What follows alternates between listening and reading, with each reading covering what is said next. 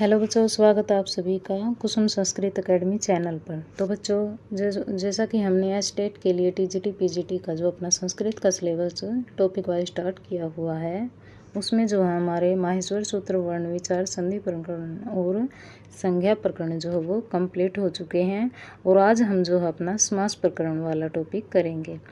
तो बच्चों जुड़े रहिए हमारे साथ और जो अपनी तैयारी ऐसे ही बहुत अच्छे से करते रहिए और साथ साथ अपने नोट्स भी बनाते रहिए बच्चों, ताकि आप उनको रिवाइज करो अच्छे से।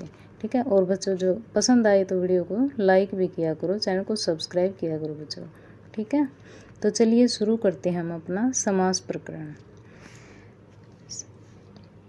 समास प्रकरण जो है सम उपसर्ग अस धातु और घय प्रत्यय लगता है इसमें। ठीक है। उससे समास शब्द हमारा बनता है और यह पुल्लिंग होता है। कैसे होता है?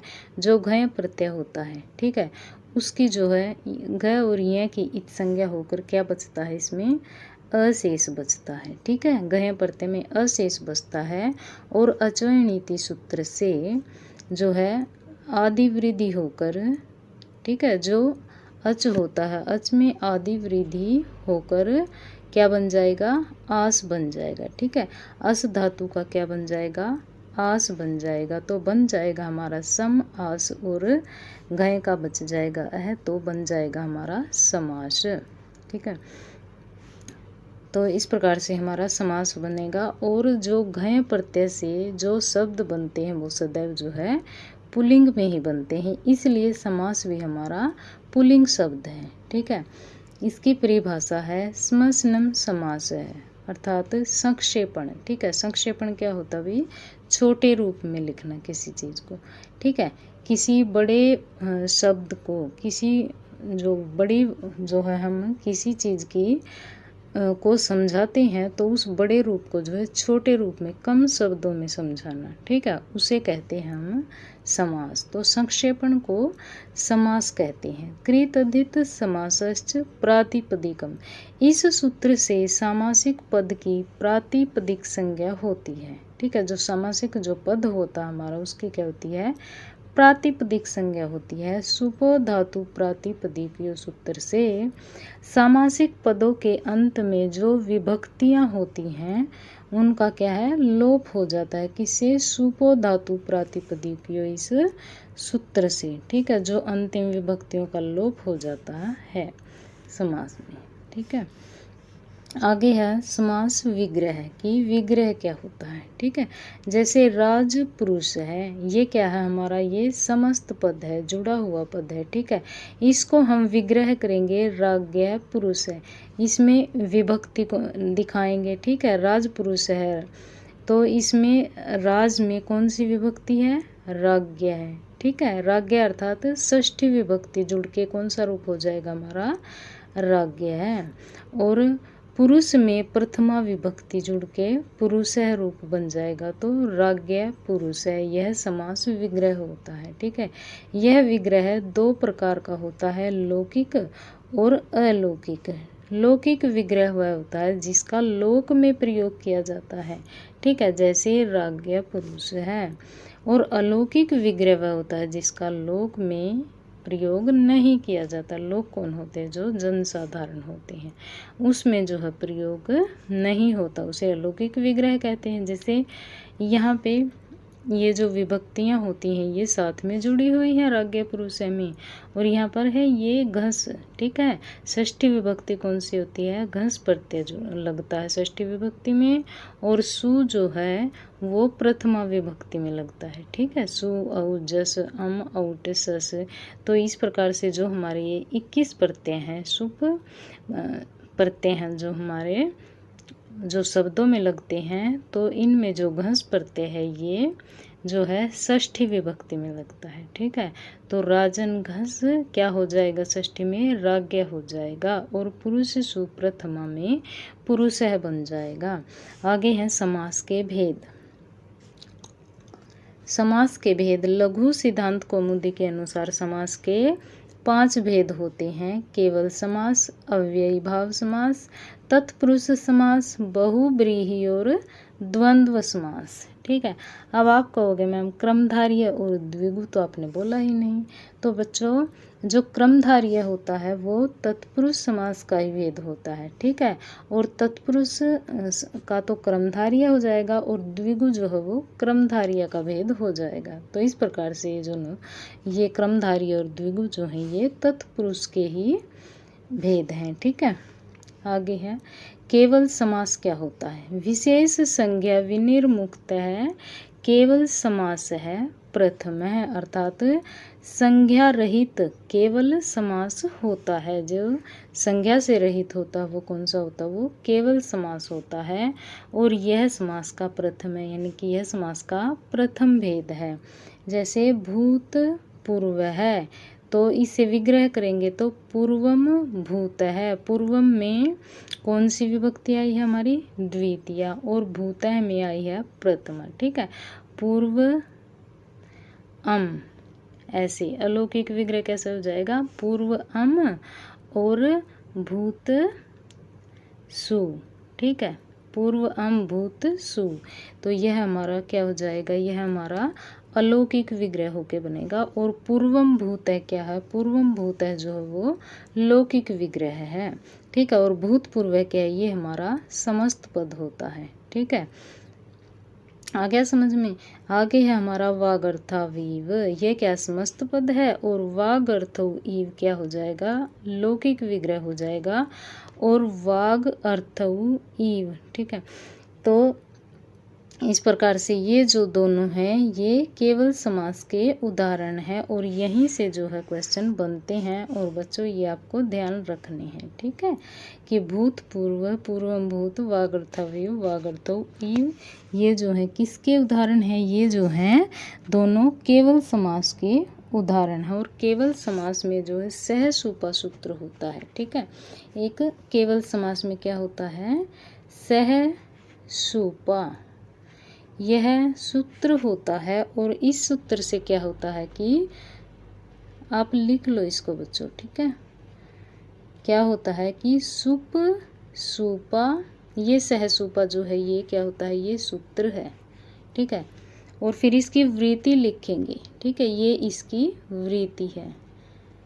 सुप सुपा सह, मैं जो बोल रही हूँ बच्चों वो सुनते जाओ ध्यान से। सुप सुपा सह वा, ठीक है, समस्यते, यह वृत्ति है। सुप सुपा सह वा समस्यते, अर्थात सुबंत, सुप सुपा क्या होता है कि सुबंत के साथ सुबंत का समास होता है, ठीक है। सुबंत के साथ सुबंत का समास होता है। जैसे राज्ञ पुरुष है, ठीक है, यही लगा लो हमारा राज पुरुष है, ठीक है, राज पुरुष है। राज पुरुष में जो है क्या हो गया, राज्ञ है, षष्ठी विभक्ति होती है, ठीक है।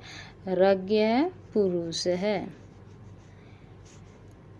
इसमें षष्ठी विभक्ति होती है और इसमें जो है प्रथमा विभक्ति होती है। तो ये दोनों क्या है, ये सुबंत है क्योंकि इनमें सुप प्रत्यय लगा हुआ है, ठीक है।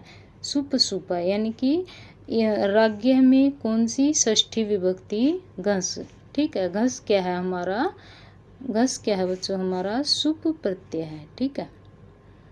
घस जो है हमारा ये भी सुप प्रत्यय है और सु जो है ये भी हमारा प्रथमा विभक्ति में सुप प्रत्यय, जो शब्दों के साथ लगते हैं वो हमारे सुप प्रत्यय होते हैं। और सुप प्रत्यय जुड़कर जो शब्द बनते हैं उनको सुबंत कहा जाता है, ठीक है। तो इस प्रकार राज्ञ है और पुरुष है, दोनों में क्या हमारे सुप प्रत्यय हैं, तो इन दोनों को क्या कहा जाता है, सुबंत कहा जाता है। तो इस प्रकार सुबंत का सुबंत के साथ समास होता है, ठीक है। सुबंत का सुबंत के साथ समास होता है। तो यह आपको ध्यान रखना है कि सह सुपा जो है वो केवल समास का उदाहरण है। आगे है हमारा अव्ययी भाव समास, ठीक है। अव्ययी भाव समास में इसकी परिभाषा है प्रायेण पूर्व पदार्थ प्रधानो अव्ययी भावो द्वितीय है कि अव्ययी की प्राय जिसमें कि पूर्व पद अर्थ पूर्व पद पदार्थ पद अर्थ पूर्व पद का अर्थ जो है वो प्रधान होता है उसे क्या कहते हैं, उसे अव्ययी भाव समास कहते हैं और यह समास का द्वितीय भेद है। ठीक है। और अव्ययी भाव समास जो है सदैव नपुंसक लिंग में प्रयुक्त होता है और पूर्व पद जो है इसमें प्रधान होता है और विभक्ति जो है उत्तर पद में लगती है। ठीक है। पूर्व पद प्रधान होता है और विभक्ति उत्तर पद में लगती है। और समास का पूर्व पद क्या होता है, समास का पूर्व पद या तो अव्यय होता है बच्चों या फिर उपसर्ग होता है। ठीक है। आगे है उपसर्जन संज्ञा। ठीक है। क्या होती है उपसर्जन संज्ञा? उपसर्जन संज्ञा जो है सदैव पूर्व पद की होती है। पूर्व पद को उत्तर पद में लिखना और उत्तर पद को पूर्व में स्थापित करना उपसर्जन क्रिया है। जैसे अधिहरि। ठीक है। अधिहरि ले लेते हैं हम। ठीक है। और अधिहरि में जो है अधि की एक सूत्र होता है प्रथमा निर्दिष्टम समास उपसर्जनम। कौन सा सूत्र होता है बच्चों? प्रथमा, ये भी लिख लो आप, प्रथमा निर्दिष्टम। ठीक है। निर्दिष्टम, बच्चों जो बोल रही है वो ध्यान से सुनो। ठीक है। प्रथमा निर्दिष्टम समास उपसर्जनम। उपसर्जनम।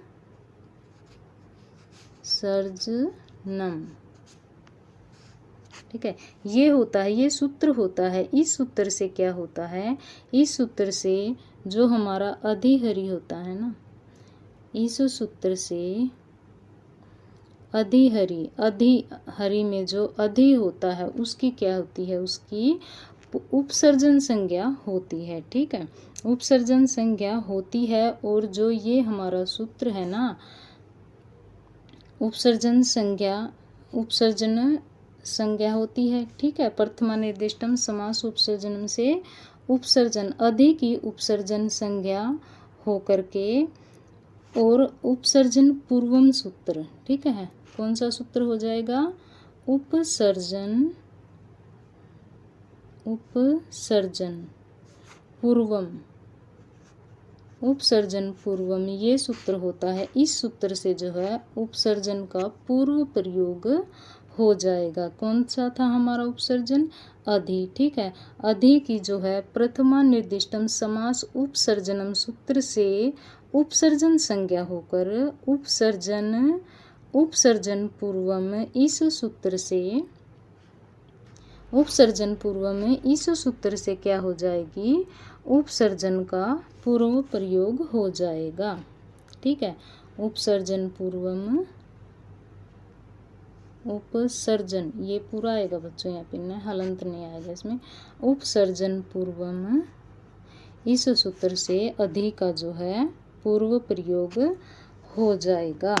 और आगे है हमारा, ठीक है, यहाँ तक आपको समझ में आ गया। आगे जो है हमारा अव्ययी भाव समास का सूत्र है। ठीक है। अव्ययी भाव समास के लिए जो हमारा सूत्र है, जिस सूत्र से हमारा अव्ययी भाव समास होता है वो कौन सा है बच्चों? वो है हमारा ये अव्ययम विभक्ति समीप समृद्धि व्यर्धि यथा अर्थाभाव अत्य संप्रति शब्द प्रादुर्भाव। ठीक है। पश्चात यथा आनुपूर्व्य योग पद सादृश्य संप्रति साकल्य अंत वचनेषु। तो ये जो हमारा सूत्र है ये क्या करता है, इस सूत्र से जो है अव्ययी भाव समास होता है। अर्थात अव्यय के जो ये 16, ठीक है, ये 16 जो अर्थ बताए गए हैं इनका प्रयोग किया जाता है। ठीक है। अव्ययी भाव में अव्यय के इन 16 अर्थों का प्रयोग किया जाता है। यानी कि जहाँ पर भी ये 16 अर्थ, जहाँ पर भी ये 16 शब्द होंगे तो वहाँ पर कौन सा हो जाएगा, हमारा अव्ययी भाव समास हो जाएगा। ठीक है। और जो यथा जो है, इसमें यथा जो शब्द है वो क्या है, 4 अर्थों में प्रयुक्त होता है। ठीक है, कौन कौन से हैं वो 4 अर्थ बच्चों? यहाँ से जो है क्वेश्चन भी बनता है कि यथा का जो है कौन से अर्थ हैं जो यथा के लिए प्रयुक्त होते हैं। ठीक है, तो आपको ये चारों ध्यान रखनी है। ठीक है, पदार्थ अनतिवृत्ति जिसमें यथा ही प्रयोग होगा, और सादृश्य है, सादृश्य के लिए सह का प्रयोग होगा, और विप्सा प्रति का प्रयोग होगा विप्सा में, और योग्यम योग्यम में अनु का प्रयोग होगा। ठीक है, तो पदार्थ अन अतिवृत्ति सादृश्य विप्सा और योग्यम, ये 4 अर्थ जो हैं आपको यथा के ध्यान रखने हैं। ठीक है, 16 अर्थ होते हैं, उनमें से 4 अर्थ यथा के होते हैं, तो कुल कितने अर्थ हो जाएंगे हमारे बच्चों? 19 अर्थ हो जाएंगे। ठीक है, आगे है समास का पूर्व पद अव्यय तथा उत्तर पद क्या होता है? संज्ञा शब्द होता है। ठीक है, आगे है हम हमारे जो ये 16 है और 4 यथा के 15 हो जाएंगे अलग से, यथा को छोड़कर 15 हो जाएंगे, और यथा के 4 तो कितने हो जाएंगे? 19 अर्थ। तो अब हम इन अर्थों को देखते हैं। ठीक है, विभक्ति, सबसे पहले हमारा क्या है? विभक्ति अर्थ में अधि, ठीक है, अधि का प्रयोग होता है, अधि और फिर इति, और इसमें सप्तमी जो है विभक्ति लगती है। जैसे अधिहरि, अधिहरि क्या होगा हमारा? समस्त पद यानी कि सामासिक पद हो जाएगा। और हरौ इति, अधिहरि हरौ इति, अधिगोपम गोपी इति। ठीक है, हरौ में कौन सी हमारी? सप्तमी विभक्ति है। ठीक है, और अधि विभक्ति अर्थ में अधि को क्या हो जाएगा? इति हो जाएगा। ठीक है, हरि को सप्तमी विभक्ति होके क्या बन जाएगा? हरौ, और अधि को इति, तो हरौ इति यानी कि अधिहरि, ये विग्रह है। गोपी इति ही सप्तमी विभक्ति, और अधि को इति, तो गोपी इति। ठीक है, ये ध्यान रखना है। ये किसके हैं? ये विभक्ति अर्थ में है। ठीक है, विभक्ति अर्थ में अधि को जो है इति इस रूप में लिखा जाता है, और इसमें सप्तमी विभक्ति लगती है। आगे है समृद्धि अर्थ में जो है सु समृद्धि, इसमें षष्ठी विभक्ति होती है प्रयोग, और वो भी किसमें? बहुवचन में। तो बच्चों ये जो चीज़ है ना, ये आपको ध्यान रखनी है, स्ट्रक्चर जो होता है ये आपको ध्यान रखना है। ठीक है, कि समृद्धि अर्थ में जो सु है, सु का क्या अर्थ होता है? सु का अर्थ होता है समृद्धि, और यह षष्ठी बहुवचन में प्रयोग होता है। जैसे सुमद्रम, ठीक है, सुमद्रम, तो मद्र की षष्ठी विभक्ति हो जाएगी बहुवचन में मद्राणाम, और सु का अर्थ क्या बच्चों? समृद्धि, सुभिक्षम भिक्षाणाम समृद्धि। समीप अर्थ में जो है उप का क्या अर्थ होता है? उप का अर्थ होता है समीपम, और इसमें भी जो है षष्ठी विभक्ति लगती है। जैसे उपकृष्णम, तो कृष्ण षष्ठी विभक्ति क्या हो जाएगी? कृष्णस्य समीपम, कृष्ण के समीप। उप विष्णु विष्णु समीपम। ठीक है, ये ध्यान रखना है कि विष्णु का षष्ठी विभक्ति में कौन सा रूप बनेगा? तो बनेगा विष्णु समीपम। ठीक है, ये ध्यान रखना है आपको। आगे है हमारा व्यर्धी अर्थ में। ठीक है, आगे हमारा व्यर्धी अर्थ में जो है दूर शब्द का प्रयोग किया जाता है। दूर जो है हमारा इसका प्रयोग किया जाता है, और दूर का व्यर्धी। ठीक है, व्यर्धी में षष्ठी विभक्ति होती है और बहुवचन में होती है। दूर यवनम यानी कि यवना नाम व्यर्धी। दुर्भिक्षम यानी कि भिक्षाणाम व्यर्धी। ठीक है, व्यर्धी का भी क्या अर्थ होता है? व्यर्धी का अर्थ होता है बच्चों अभाव होना किसी चीज़ का। ठीक है, तो दुर्यवनम यानी कि यवना नाम व्यर्धी, दुर्भिक्षम यानी कि भिक्षाणाम व्यर्धी। भिक्षाणाम व्यर्धी षष्ठी विभक्ति का क्या हो जाएगा? ये बच्चों बहुवचन रूप हो जाएगा। तो आपको ये जो है उदाहरण इनके ध्यान रखने हैं, और यहीं से जो है क्वेश्चन बनते हैं बच्चों, इनसे बाहर कुछ नहीं बनेगा आपका। ठीक है,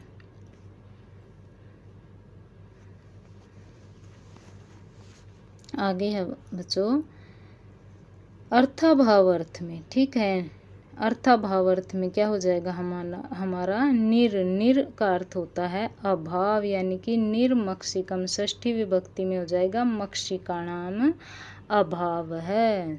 निर्जनम यानी कि जना नाम अभाव है, जनों का अभाव, मक्खियों का अभाव, ठीक है।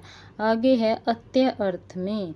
अत्य अर्थ में जो है अति धन संज्ञा और अति अर्थात अत्य का अर्थ होता है जो नाश, और यह षष्ठी विभक्ति में प्रयुक्त होता है। अति हिमम, अति अर्थात ये अत्य में प्रयुक्त होगा और हिमम षष्ठी विभक्ति में हिमस्य बन जाएगा, ठीक है। हिमस्य अत्य यानी कि बर्फ का नाश, और अति तमम तमस्य अत्य है, ठीक है। बच्चों आपको ये स्ट्रक्चर ध्यान रखनी है और जो है उदाहरण ध्यान रखनी है, ठीक है, फिर आपका जो है बिल्कुल भी क्वेश्चन गलत नहीं होगा। आगे है असंप्रति अर्थ में। असंप्रति अर्थ में अति धन क्रिया, ठीक है, अति के साथ क्या हो जाएगी क्रिया का प्रयोग होगा, और असंप्रति संप्रति ने युज्यते, और इसमें कौन सी विभक्ति होएगी बच्चों, इसमें प्रथमा विभक्ति होएगी, ठीक है।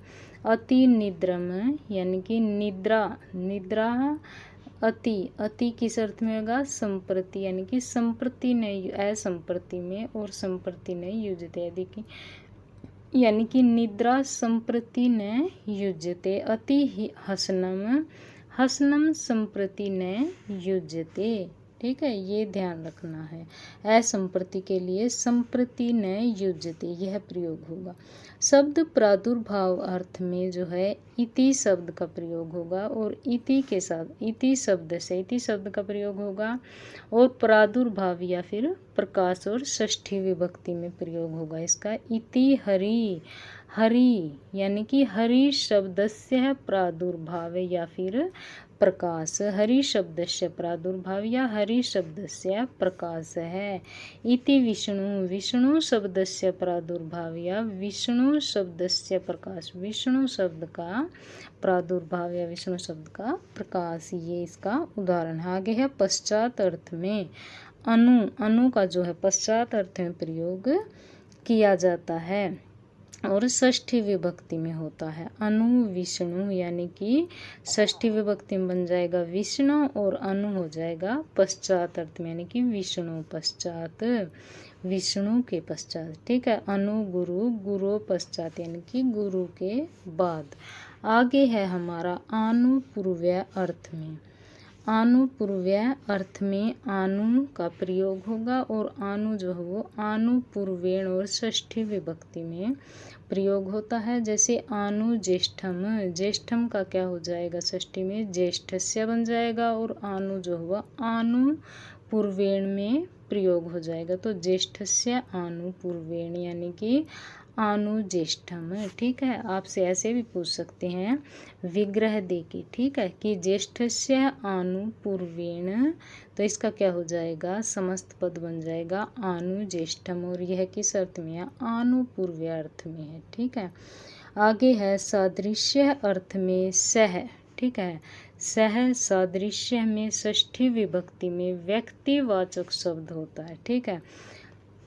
स हरि हरे सादृश्यम, ठीक है, तो इसका ये बन जाएगा हरे सादृश्यम। आ गया बच्चों समझ में।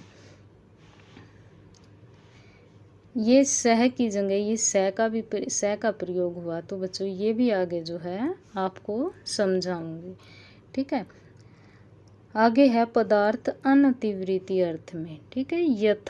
यथा अनति कर्म, इसमें द्वितीय विभक्ति लगेगी। यथा शक्ति यानी कि शक्तिम अनति कर्म यानी कि शक्ति के अनुसार, ओके। द्वितीय विभक्ति यानी कि शक्ति के अनुसार। यथेष्टम इच्छाम अनति कर्म यानी कि इच्छा के अनुसार।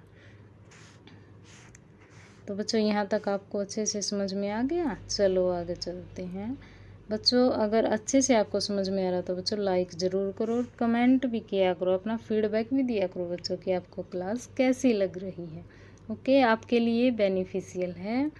देखो बच्चों आपके लिए ये बेनिफिशियल है, ये तो बिल्कुल है 100%, ठीक है, क्योंकि जिस तरीके से बच्चों मैंने किया था ना उसी तरह से मैं आपको करवा रही हूँ, ठीक है।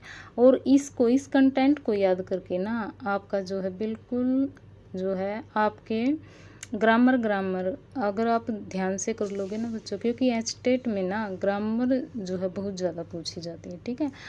और साहित्य पर इतना ध्यान नहीं होता है, साहित्य से भी कुछ क्वेश्चन जो बनते हैं, पर ग्रामर पर बहुत ज़्यादा ध्यान होता है बच्चों। तो इसलिए आप ग्रामर को बहुत अच्छे से कर लोगे ना तो आपके 40+ नंबर बन जाएंगे आराम से, अगर आपकी ग्रामर स्ट्रॉन्ग होगी तो, ठीक है। आगे है बच्चों विप्सा अर्थ में, ये किसके भेद चल रहे हैं, ये हमारे जो है यथा के भेद चल रहे हैं, ठीक है। यथा जो 4 अर्थों में प्रयुक्त हुआ था, किस किस में, सादृश्य अर्थ में, पदार्थ, अनतिवृत्ति, 2 तो ये हो गए, ठीक है। और 2 जो है ये विप्सा और योग्यता अर्थ में, ओके। विप्सा अर्थ में जो है प्रति और विप्सा, प्रति अर्थात विप्सा, विप्सा क्या होता है, किसी चीज को जो है रिपीट करना, ओके। क्या होता है, आवृत्ति, रिपीट करना, और इसमें षष्ठी विभक्ति होती है, यानी कि प्रत्येकम क्या हो जाएगा, एकम एकम प्रति, प्रतिदिनम, दिनम दिनम प्रति, तो ये विप्सा अर्थ में है, ठीक है। जैसे आपको ये 2 दिखेंगे ना इस प्रकार से, तो वो क्या हो जाएगा, वो विप्सा अर्थ में हो जाएगा। योग्यता अर्थ में क्या होता है, अनु अर्थात योग्यम, इसमें भी षष्ठी विभक्ति होती है, अनुरूपम यानी कि रूपस्य योग्यम, रूप के योग्य, अनुगुणम गुणस्य योग्यम। आगे है युगपत अर्थ में, युगपत अर्थ में सह होता है, और सह को हम स में प्रयोग करते हैं विभाव में, युगपत सहित या साथ, और इसमें तृतीय विभक्ति लगती है, और तृतीय विभक्ति जो है साधन या सहित अर्थ में प्रयोग होती है। जैसे सह चक्रम चक्रेण युगपत यानी कि चक्र सहित, और सपरिवारम परिवारेण युगपत यानी कि परिवार सहित। आगे है सदृश अर्थ में, सह तुलना के अर्थ में सदृश, ओके। और तृतीय विभक्ति में यह जातिवाचक, यह जाति सूचक शब्द है, ठीक है। और स जैसे स सखी, सदृश सख्या, या फिर सख्या सदृश है, इस प्रकार से भी हम इसको लिख सकते हैं, ठीक है। संप्रति अर्थ में क्या होगा, संप्रति अर्थ में सह अर्थात संपत्ति, और यह इसमें षष्ठी विभक्ति लगती है, और यह वर्णवाचक शब्द है। स क्षत्रम यानी कि क्षत्राणाम संपत्ति, षष्ठी विभक्ति, और स की जगह संपत्ति का प्रयोग होगा। साकल्य अर्थ में सह को जो है तक या फिर मर्यादा अर्थ में प्रयोग होता है, और साकल्य इसमें कौन सी विभक्ति हो जाएगी, द्वितीय, यह वनस्पति सूचक शब्द है। साकल्य में क्या हो जाएगी, यह साकल्य जो है यह वनस्पति सूचक शब्द होता है, और इसमें द्वितीय विभक्ति लगती है, ठीक है। और जो सह यह तक या मर्यादा अर्थ में प्रयोग होता है। जैसे सत्रीणम यानी कि त्रीणम अपि अपरित्यज्य है, और सपूजम सबूसम यानी कि भूसम अपि अपरित्यज्य है, तो ये ध्यान रखना आपको। आगे है अंत अर्थ में जो है सह का प्रयोग अंत पर्यंतम अर्थ में प्रयुक्त होता है, ठीक है। और यह ग्रंथ और प्रकरण में प्रयोग किया जाता है। जैसे स अग्नि यानी कि अग्नि ग्रंथम पर्यंतम यानी कि अग्नि ग्रंथ तक, ओके। आगे है, तो ये इस प्रकार से हमारे ये जो 9 अर्थ 19 जो अर्थ हमारे हो गए हैं, 15 अर्थ और 4 यथा के, ठीक है। तो ये 19 अर्थों में हमारा अव्ययी भाव समास होता है। और अव्ययी भाव देखो ये आ गया, सह में स का प्रयोग होता है, ठीक है, सह के लिए स का प्रयोग होता है। तो अव्ययी भाव समास में सह का स जो है शेष रहता है, और किससे रहता है, अव्ययी भावे च अकाले सूत्र से है का लोप हो जाता है, और स शेष रह जाता है। आगे है नदी भिश्च, ठीक है बच्चों, बहुत इम्पोर्टेंट है ये।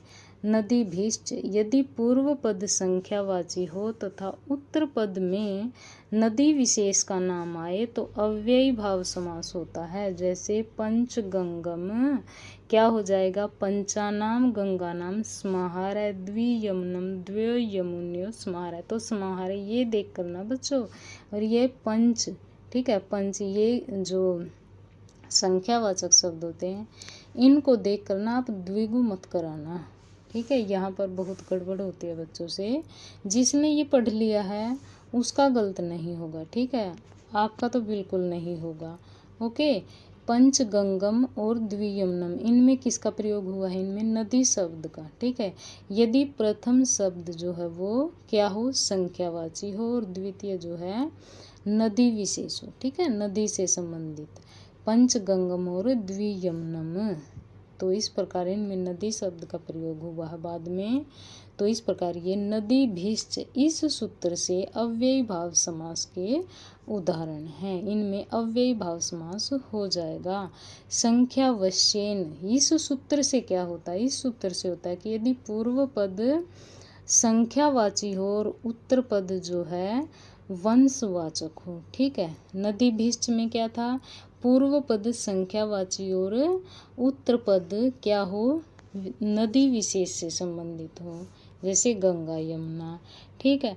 और संख्यावश्यन से पूर्व पद संख्यावाची हो और उत्तर पद किसी वंश से संबंधित हो, तो वो क्या होता है, अव्ययी भाव समास होता है। जैसे द्विमुनि त्रिमुनि, ठीक है, द्वौ मुनि और त्रय मुने है। द्वौ मुनि द्वितीय विभक्ति का प्रयोग हुआ है, ठीक है, द्विवचन का प्रयोग हुआ है। ओके, द्विवचन का, प्रथमा विभक्ति में द्विवचन का प्रयोग हुआ था, द्वौ और मुनि, ठीक है। मुनि भी जो है द्विवचन में ही बनता है मुनि। और त्रिमुनि त्रय मुने है, यानी कि तीन मुनि, यानी कि ये जो है बहुवचन में आए हैं। ओके, त्रय बहुवचन में और मुने भी बहुवचन में। इस प्रकार से बच्चों जो है हमारा अव्ययी भाव समास और जो केवल समास, ये दो भेद जो है हमने आज किए हैं। और आगे जो है हम अपने ऐसे ही बच्चों मैं आपके लिए क्लास लेकर आती रहूँगी। बच्चों अपने नोट्स बनाते रहिए, अपनी प्रिपरेशन करते रहिए, ठीक है। नोट्स बना के उनको बार बार रिवाइज कीजिए और जो है अपनी स्टडी को ऐसे ही चालू रखिए बच्चों। और जो है वीडियो को लाइक करो, ओके, और अपना फीडबैक भी देते रहा करो कि क्लास कैसी लग रही है आपको। ओके बच्चों, धन्यवाद।